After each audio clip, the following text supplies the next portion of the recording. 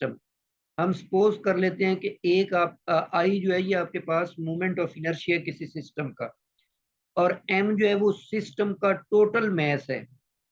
तो radius of gyration को आप के से डिनोट करेंगे, और दिस इज डिफाइंड एज जो मोमेंट ऑफ इनर्शिया है उसको आप उस टोटल मैस पे डिवाइड कर दें।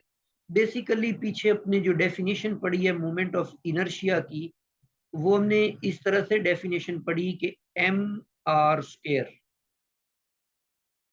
अब यहां से अगर आप आर स्क्वायर की वैल्यू निकालते हैं तो वो आपके पास बन जाती है I over R, sorry I over M. इसका स्क्वायर रूट लेंगे तो यही डेफिनेशन आपके पास आ जाती है। लेकिन यहाँ पर आपने करना यह है कि पूरे सिस्टम का मोमेंट ऑफ इनर्शिया निकालना है और उसको टोटल मैस पे डिवाइड करके फिर उसका स्क्वायर रूट लेना है। तो ये आपके पास जो रेडियस या वैल्यू आएगी उसको आप रेडियस ऑफ गायरेशन का नाम देते हैं। जी, नेक्स्ट आपके पास एक एग्जांपल है। तो इस एग्जांपल में हम सीखते हैं कि किस तरीके से आप moment of inertia find out करते हैं। जी, एग्जांपल ये है कि 3 पार्टिकल्स आपके पास हैं जिनके मैसेज दिए हुए हैं। पहले पार्टिकल का मैस 3 है, दूसरे का 5 है, तीसरे का जो मैस है वो आपके पास है 2 यूनिट्स। और ये तीनों पॉइंट्स जो इनकी पोजीशन दी हुई है, फर्स्ट पार्टिकल इस पॉइंट पर लोकेटेड है, सेकंड पार्टिकल जो है वो इस पॉइंट पे लोकेटेड है, और थर्ड पार्टिकल की ये पोजीशन है। क्वेश्चन ये है कि find the moment of inertia about x axis. मतलब एक्स एक्सिस को आप एक्सिस ऑफ रोटेशन मानते हुए एक्स एक्सिस के गिर्द इन तीनों पार्टिकल्स को रोटेट करते हैं, इनको घुमा देते हैं। तो कितना मोमेंट ऑफ इनर्शिया होगा उस सिस्टम का जो इन 3 पार्टिकल्स पर इन पोजीशंस के ऊपर लोकेटेड है। ऑप्शंस दिए हुए हैं आगे, ये 4 ऑप्शन में से आपने करेक्ट ऑप्शन चूज करना है। तो अब यहाँ पर एक बात जहन में रखें कि ये जो कोऑर्डिनेट एक्सिस होते हैं, एक्स एक्सिस, वाई एक्सिस, जी एक्सिस, इनके अबाउट जब आप मोमेंट ऑफ इनर्शिया फाइंड करते हैं ना, तो उसका तरीकेकार क्या होता है। तो पहले इसको हम समझते हैं। सपोज कर लें ये एक्स एक्सिस है, ये वाई एक्सिस और ये जी एक्सिस है।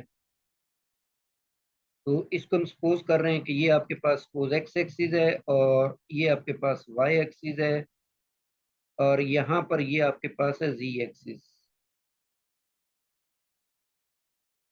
अच्छा, फर्दर ये एक पॉइंट है जिसके कोऑर्डिनेट्स आपके पास हैं एक्स वाई जी। यहाँ पर एक पार्टिकल मौजूद है, तो इस पार्टिकल का ये डिस्टेंस हम सपोज कर लेते हैं। अब यहाँ पर एक्स एक्सिस के ऊपर, एक्स एक्सिस के ऊपर जब ये पॉइंट लेंगे इसके कॉरेस्पॉन्डिंग, तो जितना इस पॉइंट का एक्स कोऑर्डिनेट होगा वही यहाँ पर इस पॉइंट का एक्स कोऑर्डिनेट होगा। लेकिन एक्स एक्सिस के ऊपर वाई और जी तो जीरो होते हैं। अब इस पॉइंट का यहां से आप डिस्टेंस निकालना चाहते हैं क्योंकि ये पार्टिकल एक्स एक्सिस के अबाउट रोटेट करेगा। तो वो जो पीछे आपने डेफिनेशन पढ़ी है कि आपको उस एक्सिस तक का जो परपेंडिकुलर डिस्टेंस है वो चाहिए। तो अब अगर आप यहाँ पर ये डिस्टेंस फाइंड आउट करना चाहते हैं तो आप इन दोनों पॉइंट्स के बीच डिस्टेंस फार्मूला लगा दें और ये डिस्टेंस कैलकुलेट कर लें। तो x माइनस एक्स तो जीरो हो जाएगा, y माइनस जीरो y बन जाएगा, z माइनस जीरो जो है वो z बन जाएगा। तो डिस्टेंस आपके पास ये निकल आएगा। तो ये आपके पास r या डिस्टेंस आ गया। तो वही मोमेंट ऑफ इनर्शिया का फार्मूला यूज करेंगे तो x के अबाउट मोमेंट ऑफ इनर्शिया ये निकल आएगा। मतलब मैस और उसके बाद डी स्क्वेयर या आर स्क्वेयर कह लें, तो वो आपके पास वाई स्क्वेयर प्लस जी स्क्वेयर है। अच्छा, बिल्कुल इसी तरह अगर आप वाई के अबाउट निकालते तो फिर यहाँ पर कोऑर्डिनेट एक्स और जी आ जाते, और जेड के अबाउट निकालते तो एक्स और वाई आ जाते। तो इस फार्मूले को हम यूज करते हैं और एक्स के अबाउट मूवमेंट ऑफ इनर्शिया निकालते हैं। अब 3 पार्टिकल्स हैं, तो आप इन तीनों के मूवमेंट ऑफ इनर्शिया का सम लेंगे। ये पहले पार्टिकल का movement of inertia x axis के अबाउट, ये दूसरे पार्टिकल का मूवमेंट ऑफ इनर्शिया, और ये तीसरे पार्टिकल का।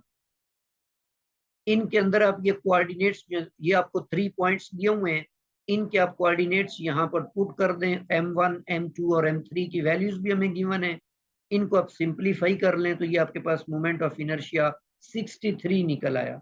सो B is the correct option. अच्छा, यहाँ पर मैंने वो भी बताया हुआ है कि मोमेंट अबाउट वाई एक्सिस आप कैलकुलेट करेंगे तो ये बन जाएगा, और जी के अबाउट कैलकुलेट करेंगे तो इस तरह से आ जाएगा। जी, इसी तरह एक और एग्जांपल देखते हैं जिसमें हम रेडियस ऑफ गायरेशन निकालते हैं। 3 आपके पास पार्टिकल्स हैं, बिल्कुल वही प्रीवियस एग्जांपल है और वही कोऑर्डिनेट्स पॉइंट्स दिए हुए हैं और उनके कोऑर्डिनेट्स हैं, लेकिन इस सूरत में आपने find the radius of gyration about Y axis. तो अबाउट वाई एक्सिस है तो पहले आप मोमेंट ऑफ इनर्शिया निकालेंगे अबाउट वाई एक्सिस। तो ये आपके पास 3 पार्टिकल्स हैं तो तीनों का वाई के अबाउट निकाल रहे हैं, इसीलिए आप देखें कि यहाँ पर एक्स स्क्वायर और जी स्क्वायर मौजूद हैं क्योंकि वाई के अबाउट कैलकुलेट कर रहे हैं। तो ये आपके पास निकल आया 81। टोटल मैस अगर देखा जाए तो तीनों पार्टिकल्स का 3 + 5 + 2 ये आपके पास 10 बन जाता है। तो इस पर वही previous formula radius of gyration का यूज करते हैं। तो ये आई आपके पास 81 है और एम आपके पास टोटल मैस 10 है, तो इस इनको आप डिवाइड कर दें तो ये आपका पास रेडियस ऑफ गायरेशन निकल आया।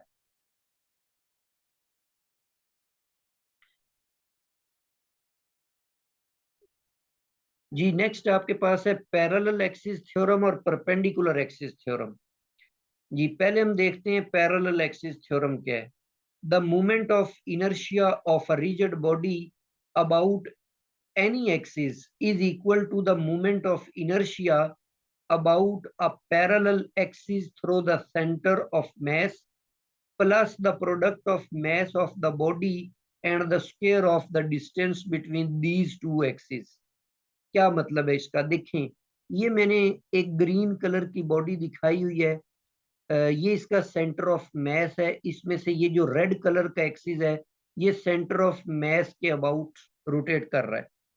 हम सपोज कर लेते हैं कि जब ये जो बॉडी है, जो रिजिड बॉडी है, सेंटर ऑफ मैस के अबाउट रोटेट करती है तो इसका moment of inertia I C M बन जाता है। अच्छा, फिर आप इसी बॉडी को अगर ये जो ब्लू कलर का मैंने एक्सिस दिखाया हुआ है इसके अबाउट इस बॉडी को रोटेट करें, मतलब इसको फिक्स पॉइंट मानते हुए इसके गिर्द रोटेट करना शुरू कर दें और इसके गिर्द रोटेट करके मोमेंट ऑफ इनर्शिया आपके पास अगर आई बन जाए तो ये जो ब्लू कलर के एक्सिस के गिर्द मोमेंट ऑफ इनर्शिया आई है ये इक्वल होगा वो वाला मोमेंट ऑफ इनर्शिया जो सेंटर ऑफ मैस के अबाउट था वो वाला लेंगे, और साथ में आप प्लस क्या करेंगे, ये जो दोनों एक्सिस के बीच में डिस्टेंस है उसके स्क्वायर और मैस जो बॉडी का मैस है उनके प्रोडक्ट को आप इसके अंदर ऐड कर देंगे। अब आप अगेन इस डेफिनेशन को पढ़ें, स्टेटमेंट को पढ़ें। The moment of inertia of a rigid body about any axis, जैसे ये ब्लू कलर का दिखाया हुआ है ना, ये एनी एक्सिस है, तो इसके अबाउट मोमेंट ऑफ इनर्शिया जो है ये बराबर होगा moment of inertia about a parallel axis through the centre of mess. इसी ब्लू कलर के पैरेलल आप सेंटर ऑफ मैस में से एक एक्सिस गुजार के उसका मोमेंट ऑफ इनर्शिया लें और उसमें प्लस कर दें, उसमें जमा कर दें, क्या कर दें, प्रोडक्ट ऑफ मैस। एक तो प्रोडक्ट आपने लेना है जिसमें मैस ऑफ बॉडी होगा and square of the distance between the two axis, और जो दोनों एक्सिस है उनके बीच में जो डिस्टेंस है उसके स्क्वायर को इसके साथ मल्टीप्लाई कर देंगे। तो ये आपके पास पैरेलल एक्सिस थ्योरम है। इस लिहाज से वेरी इंपॉर्टेंट है कि इसकी मदद से हम डिफरेंट बॉडीज जो हैं उनके moment of inertia easily find out कर सकते हैं। अच्छा, नेक्स्ट आपके पास है परपेंडिकुलर एक्सिस थ्योरम। जी, इसको कैसे स्टेट करते हैं, the moment of inertia of a plane rigid body. याद रखें कि ये जो परपेंडिकुलर एक्सिस थ्योरम है ये उन बॉडीज के लिए जो प्लेन बॉडीज हैं। एक प्लेन के अंदर जो पड़ी हुई बॉडी है, एक प्लेन बॉडी है, उससे उससे मुतल्लिक ये मोमेंट ऑफ इनर्शिया है। इसको आप 3 डायमेंशनल रिजिड बॉडी के लिए यूज नहीं कर सकते होते। अबाउट एन एक्सिस, तो moment of inertia of a plane rigid body about an axis perpendicular to the body is equal to the sum of the moments of inertia about two mutually perpendicular axes lying in the plane of the body and meeting at the common point with the given axis। क्या मतलब है इसका? जैसे suppose कर लेते हैं आप कि ये आपके पास एक्स एक्सिस है और ये आपके पास है वाई एक्सिस और ये आपके पास है जेड एक्सिस और यहाँ पर एक्स वाई प्लेन में ये एक बॉडी पड़ी हुई है। अब जेड एक्सिस इसके परपेंडिकुलर है, तो जेड एक्सिस के अबाउट जब आप मूवमेंट लेंगे, मतलब इसको इस जेड एक्सिस को सेंटर मानते हुए या कोई भी एक्सिस मानते हुए इस बॉडी को रोटेट करेंगे, तो इसका जो मूवमेंट ऑफ इनर्शिया है, फिर आप इस बॉडी को एक्स एक्सिस के अबाउट रोटेट करें और वाई के अबाउट रोटेट करें, वो दोनों जो मूवमेंट ऑफ इनर्शिया निकलेंगे उन दोनों का सम ये जो जी के अबाउट रोटेट किया गया है इसके इक्वल होगा। ये नीचे मैंने इसकी एक्स वाई जी की सूरत में जो स्टेटमेंट है वो भी लिखी हुई है कि consider a mass distribution in the X Y plane of an X Y Z coordinate system. I X और आई वाई और आई जी ये डिनोट कर रहे हैं moments of inertias about X Y and Z axis. तो उस सूरत में जो जी के अबाउट मोमेंट ऑफ इनर्शिया होगा वो इक्वल होगा जो एक्स के अबाउट मोमेंट ऑफ इनर्शिया है वो और वाई के अबाउट मोमेंट ऑफ इनर्शिया, इन दोनों के सम के इक्वल।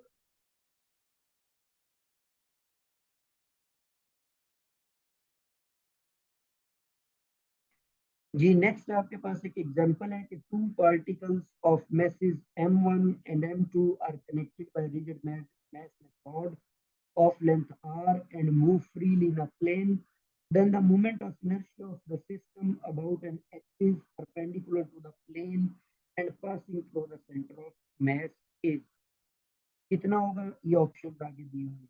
मतलब अगर आपके पास एक ऐसा सिस्टम है जो टू पार्टिकल्स पर मुश्तमिल है और उन पार्टिकल्स के बीच में जो डिस्टेंस है वो कम नहीं हो रहा, मैसलेस रिजिड रॉड से कनेक्ट करने का मतलब है कि उनके बीच में जो डिस्टेंस है वो कम नहीं हो रहा।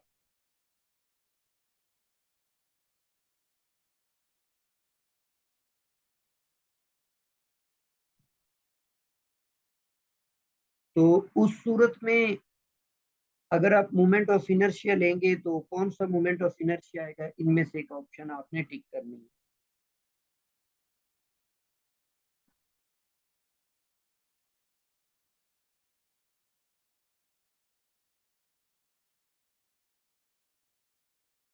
सपोज कर लेते हैं कि ये आपके पास एक पार्टिकल है जिसका मैस m1 है और ये दूसरा पार्टिकल है जिसका मैस m2 है और इनके बीच में जो डिस्टेंस है वो r है।